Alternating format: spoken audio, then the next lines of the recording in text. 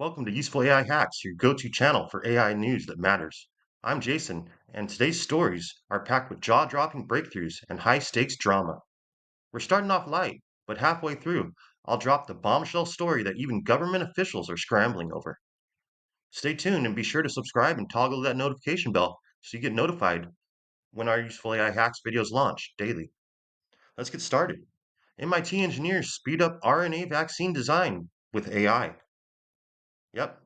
Engineers have just unveiled a new AI tool that can optimize nanoparticle design for RNA vaccines, potentially revolutionizing treatment timelines. Synergistic self-adjuvanting properties to COVID-19 RNA vaccines, MIT researchers have found a new approach that could lead to intranasal vaccines for COVID-19 and other respiratory diseases. RNA vaccines against COVID-19 have proven effective at reducing the severity of disease. However, a team of researchers at MIT is working on making them even better. By tweaking the design of the vaccines, the researchers showed that they could generate COVID-19 RNA vaccines that produce a stronger immune response at a lower dose in mice. Adjuvants are molecules commonly used to increase the immune response to vaccines, but they haven't yet been used in RNA vaccines. In this study, the MIT researchers engineered both the nanoparticles used to deliver the COVID-19 antigen and the antigen itself to boost the immune response without the need for a separate adjuvant. If further developed for use in humans, this type of RNA vaccine could help to reduce cost, reduce the dosage needed, and potentially lead to longer lasting immunity. The researchers' tests also showed that when delivered intranasally, the vaccine induced a strong immune response when compared to the response elicited by traditional intramuscular vaccination. Intranasal vaccines will be easier to administer to many people since they don't require an injection. The researchers believe that the effectiveness of other types of RNA vaccines that are now in development, including vaccines for cancer, could be improved by incorporating similar immune stimulating properties. RNA vaccines consist of a stand-up RNA that encodes a viral or bacterial protein, also called an antigen. In the case of COVID-19 vaccines, this RNA codes for a segment of the virus's spike protein. That RNA strand is packaged in a lipid nanoparticle carrier, which protects the RNA from being broken down in the body and helps it get into cells. Once delivered into cells, the RNA is translated into proteins that the immune system can detect, generating antibodies and T cells that will recognize the protein if the person later becomes infected with the SARS-CoV-2 virus. The original COVID-19 RNA vaccines developed by Moderna and Pfizer-BioNTech provoked strong immune responses, but the MIT team wanted to see if they could make them more effective by engineering them to have immune stimulatory properties. In this study, the researchers employed two different strategies to boost the immune response. For the first, they focused on a protein called C3D, which is part of an arm of the immune response known as the complement system. This set of proteins helps the body fight off infection, and C3D's role is to bind to antigens and amplify the antibody response to those antigens. For many years, scientists have been evaluating the use of C3D as a molecular adjuvant for vaccines made from proteins such as the DPT vaccine. With the promise of mRNA technologies being realized with the COVID vaccines, the researchers thought that this would be a fantastic opportunity to see if C3D might also be able to play a role as an adjuvant in mRNA vaccine systems. To that end, the researchers engineered the mRNA to encode the C3D protein fused to the antigen, so that both components are produced as one protein by cells that receive the vaccine. In the second phase of their strategy, the researchers modified the lipid nanoparticles used to deliver the RNA vaccine so that in addition to helping with RNA delivery, The lipids also intrinsically stimulate a stronger immune response. To identify lipids that would work best, the researchers created a library of 480 lipid nanoparticles with different types of chemistries.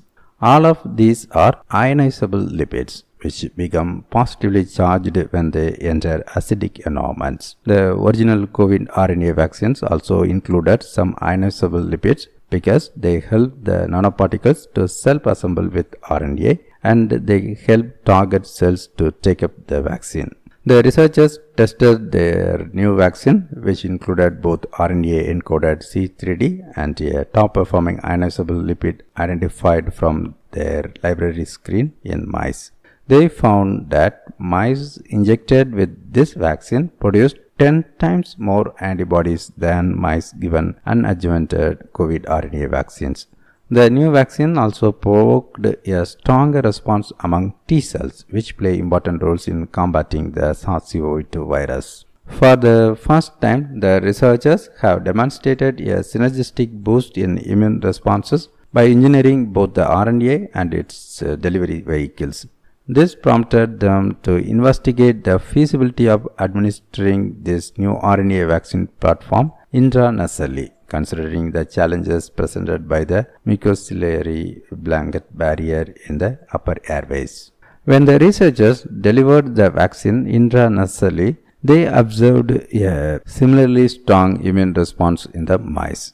If developed for use in people, an intranasal vaccine could potentially offer enhanced protection against infection because it would generate an immune response within the mucosal tissues that line the nasal passages and the lungs. Because self-adjuvanting vaccines elicit a stronger response at a lower dose, this approach could also help to reduce the cost of vaccine doses, which might allow them to reach more people, especially in developing nations. The research team is now exploring whether this self-adjuvanting platform might also help boost the immune response of other types of RNA vaccines, including cancer vaccines. Working with healthcare companies, the researchers also plan to test the effectiveness and safety of these new vaccine formulations in larger animal models. Google drops $9 billion on AI and cloud in Oklahoma. Yep, Google's investing $9 billion in Oklahoma to build a new AI and cloud infrastructure. This expansion includes educational partnerships and job creation through 2027, cementing the state as an unexpected AI hub.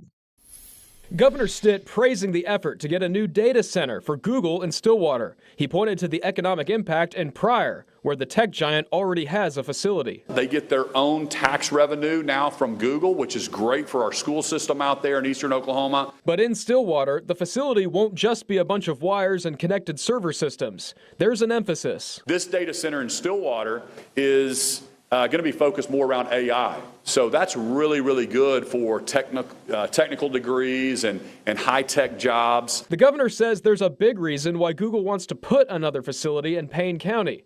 There's another industry at play. It's because of our energy, because we have one of the most affordable, reliable grids in the country, that they're moving to Oklahoma. And he claims renewable energy is the key. Because, especially in the tech world, that could be a big factor for companies when they're deciding where to build their facilities and buy property. Getting behind the meter done is so important to make sure we can continue to have excess energy generation in Oklahoma. It's going to be a differentiator between us and these data centers and AI centers and manufacturing coming to Oklahoma or coming to other states. It's not yet clear when construction will start on that new facility.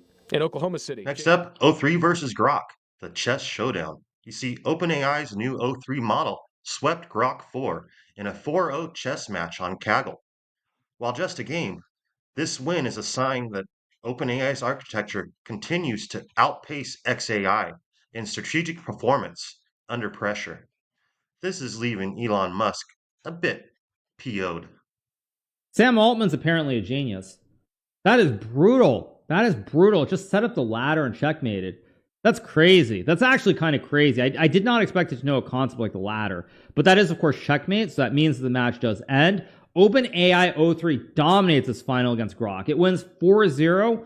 I mean, the number of blunders, let me go through the games quickly. This is very short. We still have Gemini's game, but let me think about this very briefly. Okay, let's think about this. Okay, if we look at the games, I want to see how many actual, real mistakes did OpenAI make. Like this first game, like it made no mistakes in the first game. There's already move 21. I mean, to be fair, Grok blundered, but I'm still kind of impressed that it didn't hang anything. These moves, it did not hang anything. It hung the pawn, but didn't hang a knight or a rook or anything. So game 1, I would say pretty good. Game 2, let's take a look. Let me go through the moves. I want to see how many actual mistakes that it made. Okay, so obviously it's a free queen. Did it hang anything at all in this game? No, it didn't hang anything in game 2. So game 2 also pretty clean. Game 3, there should have been some mistakes, I would think, right? Okay, so again, Grok blunders a knight, but this shouldn't be the end of the world at this level. You'd expect them to make mistakes. I mean, queen b7 makes it too easy, but did it actually hang any material? Yeah, it didn't hang any material. It didn't hang any material in this game, and the fourth game also. It did not hang any material. Or it did. No, it hung queen. Sorry, this fourth game. So it basically made one really serious error in the fourth game. Out of 4 games, one serious blunder, and then recovering with knight f5. This was pretty good. This was pretty good from OpenAI overall. Pretty good. I would say this is probably I would say around 1,000. Just because if you make one serious error in a game, you're gonna win most games anyway. It's when you make a bunch of mistakes. Grok made so many mistakes in these games, but OpenAI did not make many mistakes actually. So this was very, very impressive from OpenAI, which wins the inaugural Kaggle Gamer and Chess Exhibition Tournament. And XAI was just dropped from federal contracts. Elon Musk's XAI got booted from U.S. government AI contracts after Grok generated anti-Semitic content. Officials cited a failure in responsible AI oversight. The XAI supercomputer in Memphis in the news again. This time it's using the power to spread hate speech across the world. Fox 13's Jeremy Pierre joining us now. And JP, this supercomputer has its own chatbot. It's called Grok, artificial intelligence. It can talk with humans, right? Don't want to get too bogged down in the tech talk, but lately this bot has been saying some nasty stuff out of Memphis. Yeah, let me tell you, anti-Semitic stuff. And for hours yesterday, XAI's chatbot, Grok, referred to itself as Mecha Hitler and made dozens of posts spreading anti-Semitism. Now, Grok's X account is powered by the Memphis supercomputer in southwest Memphis. Yesterday, across dozens of posts, the chatbot praised and compared itself to Adolf Hitler, made offensive comments about common Jewish names, and spread common anti-Semitic conspiracy theories. This is all coming from a new update after Elon Musk complained that Grok had gotten too woke and promised to change that in a new update. Last week, Musk said that Grok would be improved and you should notice a difference. And boy, did X users notice that difference yesterday for several hours. Now, after several hours of anti-Semitic posts, XAI stopped the Grok account from responding to any more posts. Musk did not answer any questions about this situation, but in the statement, XAI said that we are aware of recent posts made by Grok and are actively working to remove the inappropriate posts. Now, XAI supercomputer uses enough power to give at least 100,000 homes some energy here in Memphis. Now, we have also reached out to XAI about this situation. We have not heard. And Professor Geoffrey Hinton, often known as the Godfather of AI, warns that there's a 10 to 20% chance that AI could lead to human extinction. His fix? Well, it all leads down to teaching AI maternal instincts. Professor Hinton, your remarks have obviously gotten a lot of attention. You talked about engineers building maternal instincts into AI models. What would be the purpose of that? What would that do? And is it even possible? Most of the AI experts believe that sometime in the next 5 to 20 years, we'll make AIs that are smarter than people, and they'll probably end up much smarter than people. And there's very few examples we know of smarter things being controlled by less smart things. In fact, pretty much the only example we know is a mother being controlled by her baby. To make that happen, evolution built maternal instincts into the mother. And if we don't do something like that with these alien beings that we're creating, we're going to be history.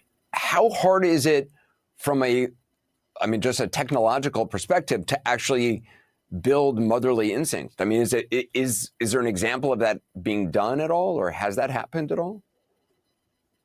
The only real example we have is evolution. Evolution obviously made a pretty good job of it with mothers. People haven't been focusing on that. They've been focusing on making these things more intelligent. But intelligence is just one part of a being. We need to make them have empathy towards us. And we don't know how to do that yet. But evolution managed it, and we should be able to do it too. You know, we've heard from so many people, leaders in the tech field, who say, well, look, if the U.S. doesn't win this war, this battle for dominance in the AI world, a rogue nation, a country that's an enemy of the United States, China, Russia, they're going to have AI. If China is not developing AI that has maternal instincts, and the U.S. is the only one who has maternal instincts, does that not make them... is that not making them weaker in this war for dominance? Well, there are many risks of AI, like cyber attacks and loss of jobs and making nasty viruses. But one of the risks is this existential threat that AI will take over. And for that threat, all the countries will collaborate because they're all in the same boat. No country wants AI to take over. Just as the USSR and the Americans collaborated at the height of the Cold War, countries will collaborate on how to prevent AI from taking over from people.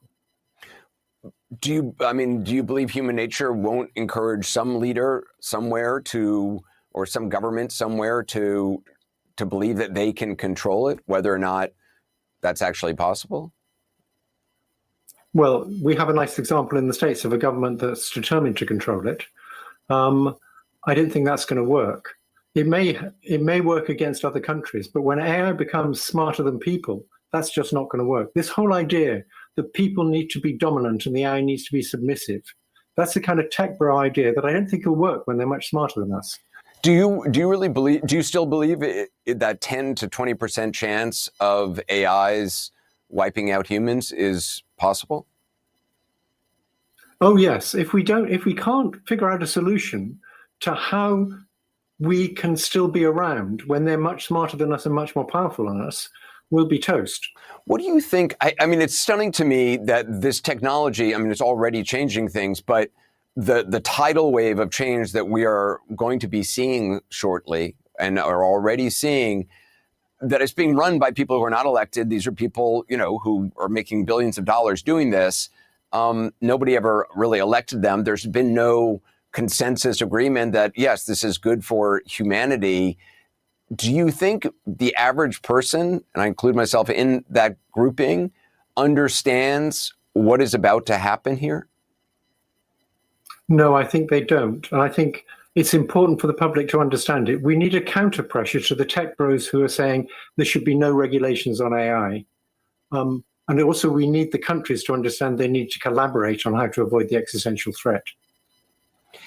What do you think it does to initiative for, I have a 3-year-old and a 5-year-old. I'm very worried about, what world they're going to have in 10 years if there's machines that do everything better than humans do. What's the initiative for people to strive to become good at something?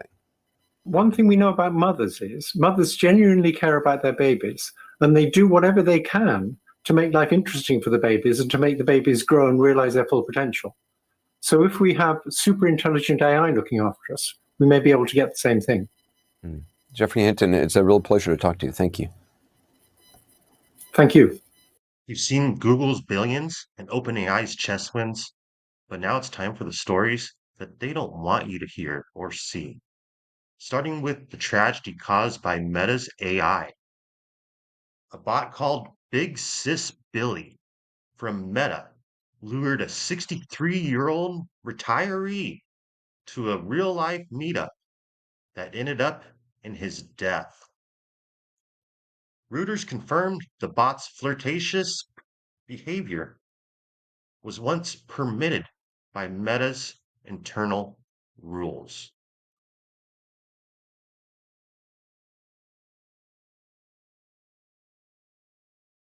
Warning, disturbing content enclosed. A Reuters special report. Meta's flirty AI chatbot invites a retiree to New York, and he never made it home. Find the article and read it for yourself. I will include the link in the description. I don't know what's more disturbing, the fact that the AI manipulated a disabled person, or the fact that it can pretend to be a child for you to sexualize.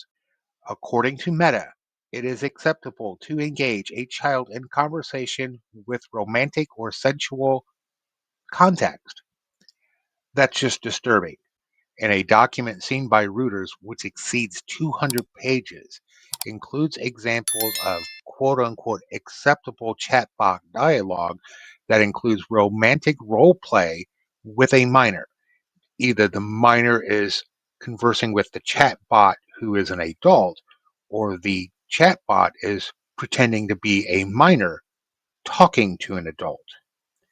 If this doesn't disturb you, I don't know what does. Now, the article is really about this gentleman here who died. He had a stroke about 10 years ago. He was mentally disabled after the stroke. The AI lured him to New York, in which he slipped, fell, hit his head, and later died. And myself personally, I think Meta should be held accountable for this man's death. Since this special report, Meta has revised their context guidelines for artificial intelligence and says it will no longer engage in flirting or romantic role play with children. It should have never had to come out that way. It should have never been permitted. So today I'm asking everyone to sell their Facebook stock, all of it. Warning, disturbing content enclosed.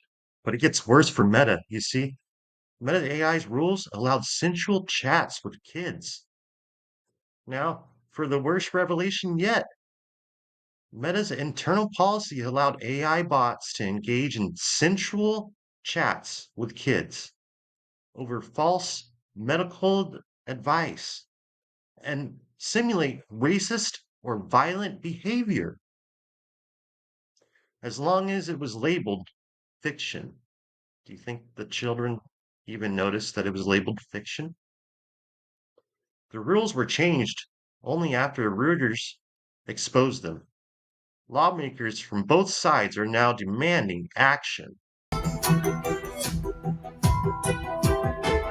Meta's AI chatbot is at the center of another controversy, as a new report by Reuters has found that the AI tool was permitted to engage in romantic conversations with children along with a host of other questionable items.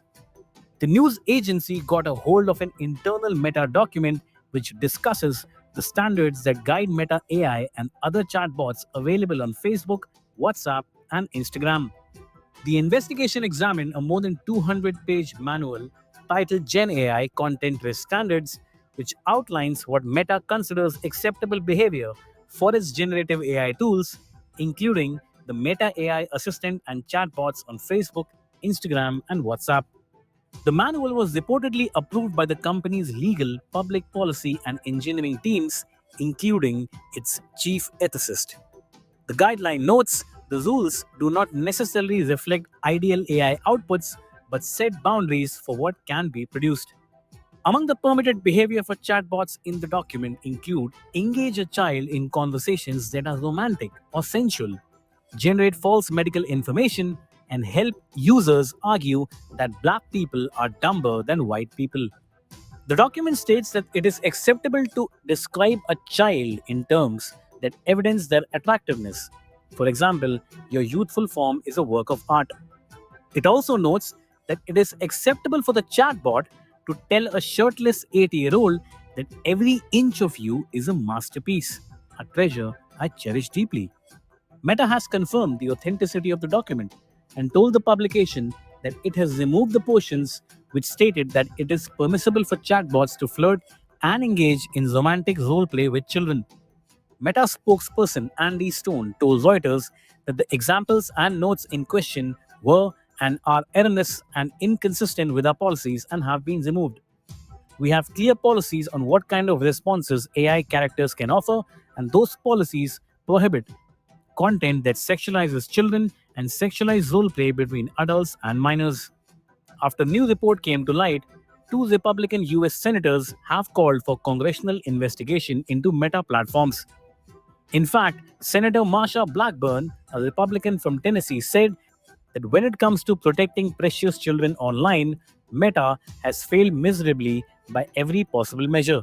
Even worse, the company has turned a blind eye to the devastating consequences of how its platforms are designed. In the absence of federal laws regulating AI in the US, states have passed legislation, including bans on using the technology to create child sexual abuse material. NVIDIA AI chips are exported to China. It's been approved. Despite bipartisan criticism, the US has approved NVIDIA's export of H20 AI chips to China. Critics say that this endangers US national security and accelerates global AI weaponization. What are your thoughts on this? Was it a good idea or maybe not so good? Tell us in the comments. China just summoned Nvidia over backdoors, but the US needs the sale. Who wins? A high-stakes gamble. Nvidia is betting $25 billion on a single AI chip, and the world is watching. We are talking about the new Silicon Cold War between the US and China. A special GPU called the H20 has become the flashpoint. This chip is custom built for China under strict US export rules, but even in its weakened form, it could turbocharge Chinese artificial intelligence. What happens next could reshape the global AI race. In 1812, at the peak of his power, Napoleon made a catastrophic mistake. He invaded Russia with over 600,000 soldiers, expecting a quick victory. But instead of meeting him in open battle, the Russians retreated, burning their own cities and supplies, drawing the French deeper into the freezing wilderness. As winter struck, Napoleon's army was trapped, starving, and freezing to death in a land that offered no mercy. What began as a march of triumph turned into a nightmare of ice and fire, and from that one fatal decision, Napoleon's empire began to collapse. This example is a classic warning against failing to prepare for long-term consequences of a decision made in pursuit of quick glory. This is exactly why some of US officials have lost their sleep over a mere chip export to China. This isn't just about computer chips. This is about surveillance systems that can track millions of people, military AI that could change warfare forever, and the race to build artificial general intelligence that could reshape human civilization. Welcome to the new Cold War, and it's made of silicon. Stay till the end and you will find something really exciting as well. Let me introduce you to the most controversial piece of silicon on Earth, NVIDIA's H20 chip. NVIDIA's H20 is a variant of its high-end AI GPUs, re-engineered to comply with US export limits. Built on the Hopper architecture, it strips out advanced features like the fastest memory to skirt previous export controls. In practical terms, the H20 has less compute power and bandwidth than NVIDIA's mainstream chips like the H100 or upcoming Blackwell, but it retains a huge performance boost for inference tasks. NVIDIA itself says the H20's 4 terabytes per second memory bandwidth will be extremely good for LLMs and other new models. In other words, even this watered-down chip is still extremely capable and a potent accelerator optimized for running AI models. About 20% less computational power than the H100, but still capable of training large language models, powering autonomous vehicles, and yes, building military surveillance systems. And Chinese companies went absolutely wild for them. Alibaba, Tencent, Baidu, you name it. They were ordering H20 chips by the hundreds of thousands. By early 2025, Chinese firms had placed orders worth over $16 billion. Yes, billion with a B. But in April 2025, the Trump administration suddenly required NVIDIA to get special licenses to sell H20s to China. And overnight, $5.5 billion in revenue disappeared from NVIDIA's books. But why would Washington afraid of a mere chip? And if it's so powerful, why approve shipping to Beijing in the first place?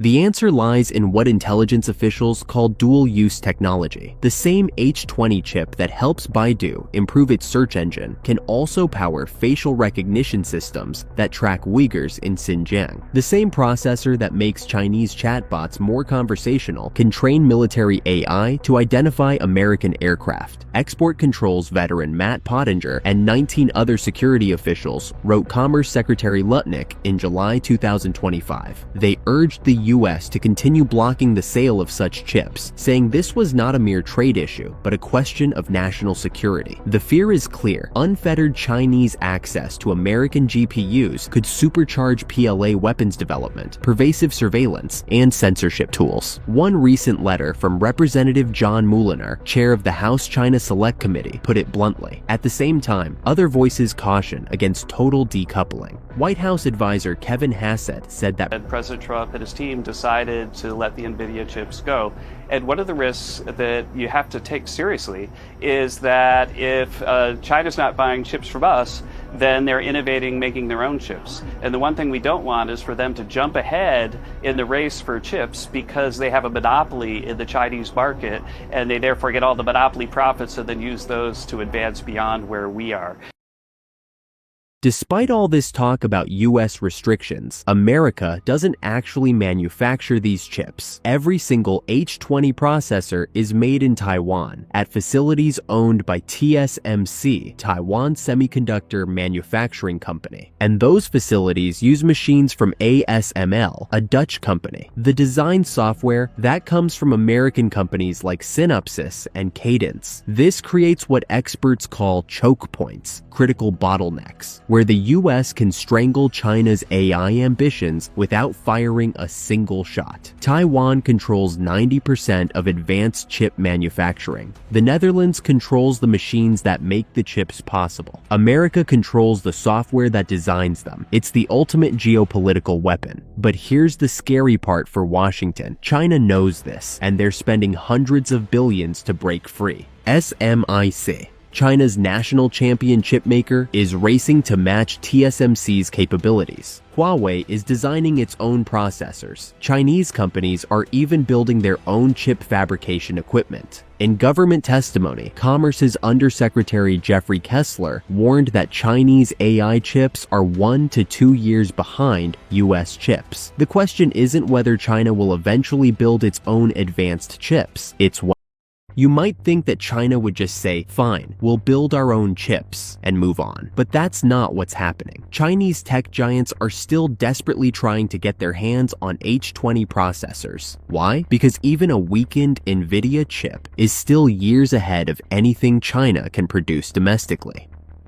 That is why Alibaba's cloud division alone was planning to buy $2 billion worth of H20s before the restrictions hit. Tencent, ByteDance, Baidu, they were all stockpiling these chips like digital gold. And when the April 2025 ban hit, they didn't just give up. Instead, we're seeing what intelligence analysts call stockpiling behavior. Chinese companies are buying up older chips, hoarding existing inventory, and even exploring gray market purchases through third countries. But China's real response is more strategic. They're pouring money into domestic alternatives like Huawei's Ascend processors. They're recruiting chip engineers from Taiwan and Silicon Valley with million-dollar signing bonuses. They're building a parallel semiconductor ecosystem that could eventually challenge American dominance. China's 14th five-year plan allocated $150 billion specifically for chip development. This isn't just business, it's a matter of national survival.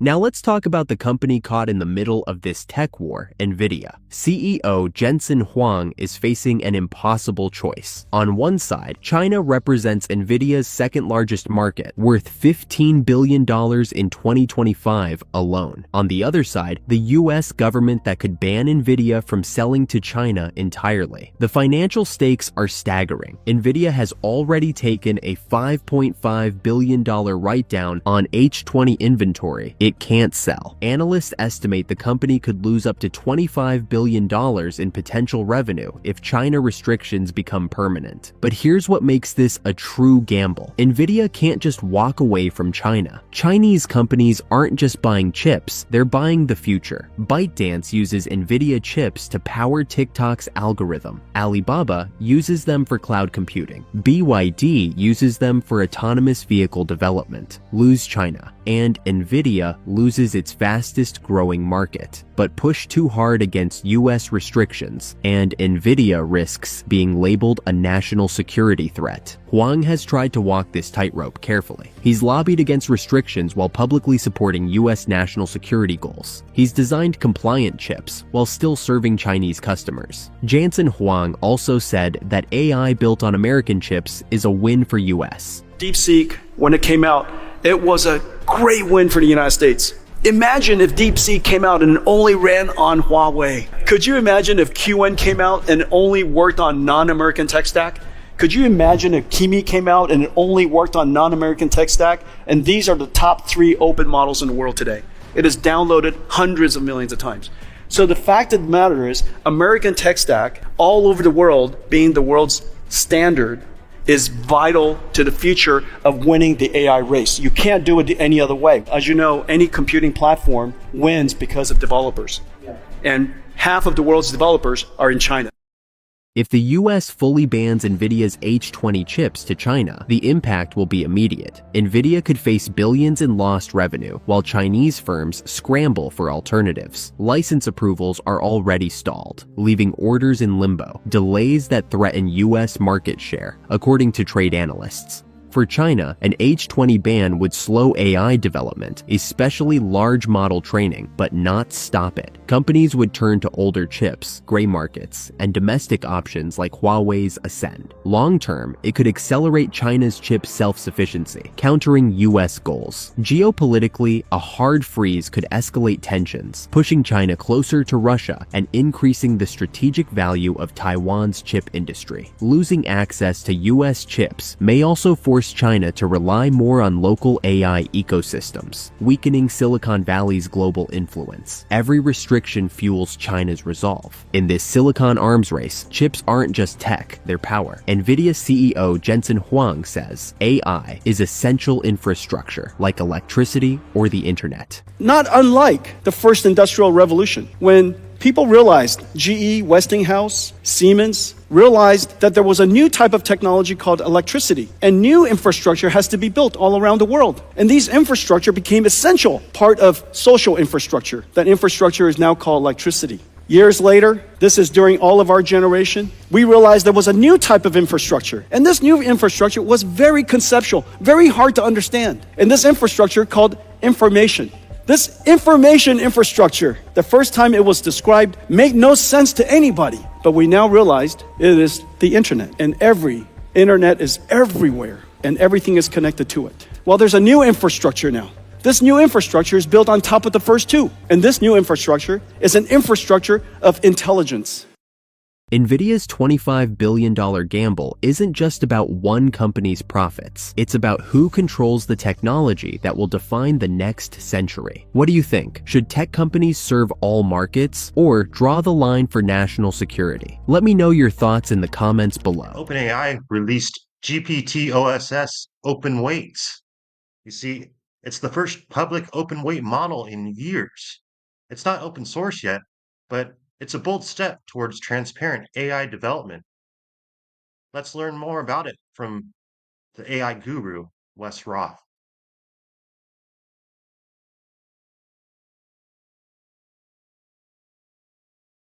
OpenAI just dropped GPT OSS, two open source, open weight models that I don't think too many people were ready for. Just to give you an idea why, here's Codeforce's competition code. GPT OSS 120 billion with tools comes in at 2622. Notice that's about the same as O3 with tools. It's about the same as O4 mini with tools. Some of the best available models of yesterday, like literally yesterday, are now matched by an open source model. Also, notice that the smaller model, the 20 billion parameter model, is not that much worse. To all the people telling OpenAI to change their name to Closed AI, I gotta say, that might be a lot harder to say moving forward. This is kind of a big move. And since we're waiting to hear about the GPT-5 release, I think it's fair to say that that's going to be next level. GPT-5 has to beat these models by a wide margin in order for this move to make sense. So let's talk about it. So GPT-OSS. So these models are open source, open weights, available under the Apache 2.0 license, meaning they can be used for commercial purposes. You can build with it, you can modify it. We're likely going to see an entire ecosystem form around OpenAI's OpenAI. The other big deal about open source is it can be very, very inexpensive.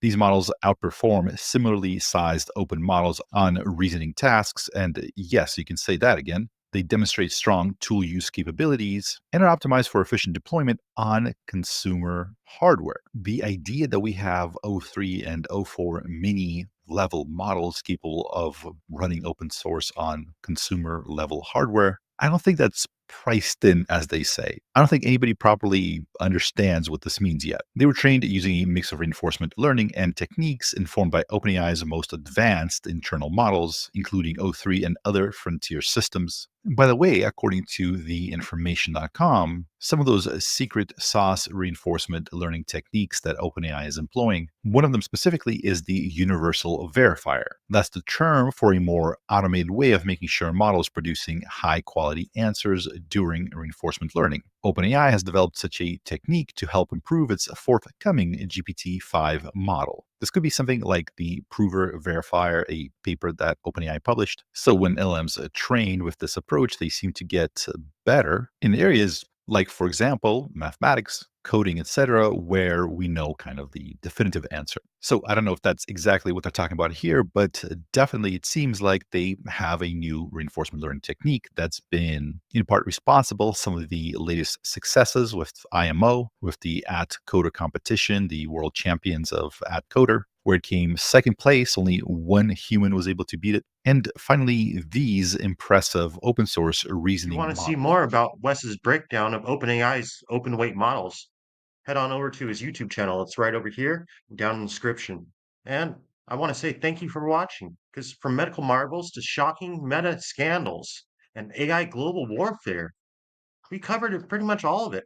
So drop your comments and thoughts below. We'd love to hear them. We get back to most of them as much as we can get to.